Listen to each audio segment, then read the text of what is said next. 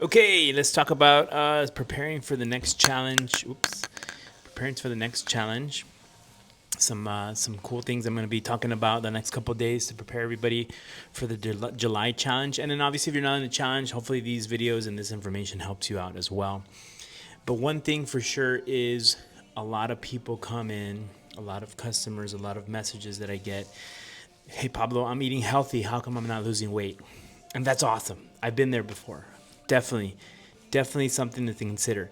So a lot of us might have something happen when we just start eating healthy, you know? And when we start eating healthy, what that means might be just like, I'm not eating freaking peanut butter and jelly sandwich at night every night, right? That might be a good start. You might feel better. You might even start losing some weight. You're not going to Chick-fil-A or having a bag of hot Cheetos every other day. That's definitely going to help you. So the bottom line is this: when we start eating healthy, what it might do is it might reduce your calories enough so that you start feeling like you're doing better and you're losing weight, and that's totally possible.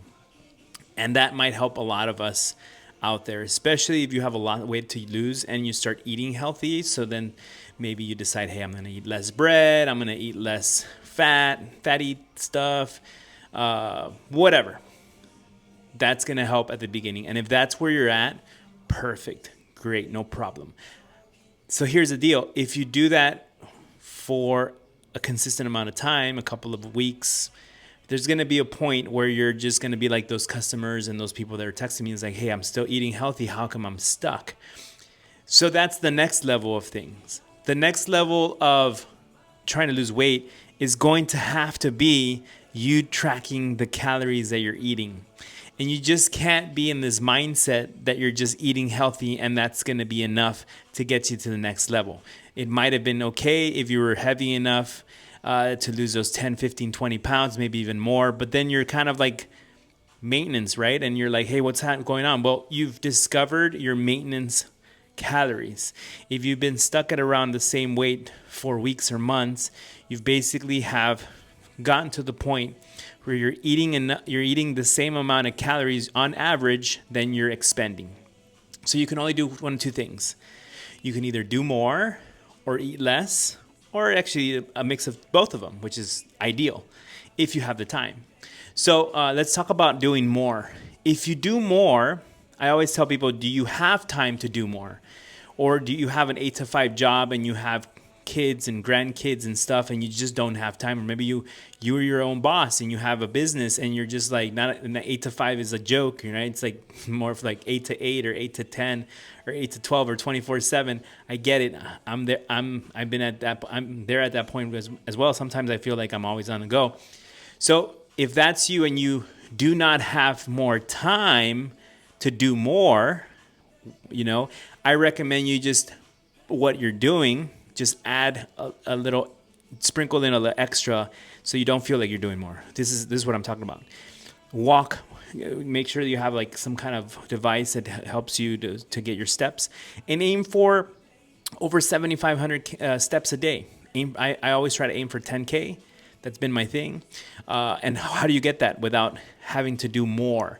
Well, you just make some different decisions throughout the day. So if you're going to HEB, your grocery store, you park further away, right? If you're at the mall, you park further away, and then you walk to you park the furthest away from the store that you're going to. So you have to walk the whole mall to get to your store, so you get extra steps. I'm sorry. And thus, I guess that's where my brain was going. Thus, you burn more calories in your normal day. Maybe you're at your desk and you put an alarm every hour. Go walk around, go check up on people. Maybe go walk around your office and make a phone call, whatever. So that's what I'm talking about when doing more and sprinkling in with not just having to go and do formal exercise. If you do want to do some formal exercise, I hope you have some time. Go on a treadmill, go to the gym, go walking, whatever. That's going to take time though. And if you can't, sometimes I like to multitask. I suppose I can't multitask, but let's pretend I'm trying to multitask. Maybe you need to watch a video, or you need to be on a call, or you need to do certain things that you can do both at the same time. That's ideal. Or maybe you want to watch your favorite show and you can watch your favorite show while you walk. That's kind of like two things at once, and you're enjoying the thing, right? However, if you can't do that, then you're just going to have to do more and schedule it in. Okay, so that's talking about doing more. And that might just be enough to push the amount of calories you're burning so that you can start losing some more weight. And maybe you're there. Maybe you're young, you don't have very much to do. Maybe you live at home. Maybe you just have time. Maybe you're a stay-at-home mom, you have some time. Great, do that. If you don't want to do anything to do with reducing less eating, right? If you're like, hey, I don't want to change my eating. I'm fine with that. I'm eating healthy. I don't want to measure. I don't want to do any of that stuff. That's not for me right now. Great. So just do more. And then what's going to happen is if you are doing more, you're going to start seeing it on the scale. Consistent, not every day. What I mean not every day is you're not going to lose weight every single day, but on average, if you are weighing every day, then you're going to start seeing from week to week to week to week. On average, you're losing weight, maybe a quarter of a pound to half a pound to a pound a week. That's great. Okay, so that's doing more. You can eat less. Okay, so if you're at the point where you're like, Pablo, I do not have more time to do more. I barely have time to do my 30-minute workout, my 1-hour workout max. I don't want to do more, and I don't have time to do more. You might be one of those people. Then you're just gonna have to eat less. And when I say eat less, yes, you can totally eyeball things and do these little things that sometimes people say is like, I'm just gonna make my meal and eat half of it and save for the rest. That's totally cool, and it might work for some people. It does not work for most people, I think. That doesn't work for me.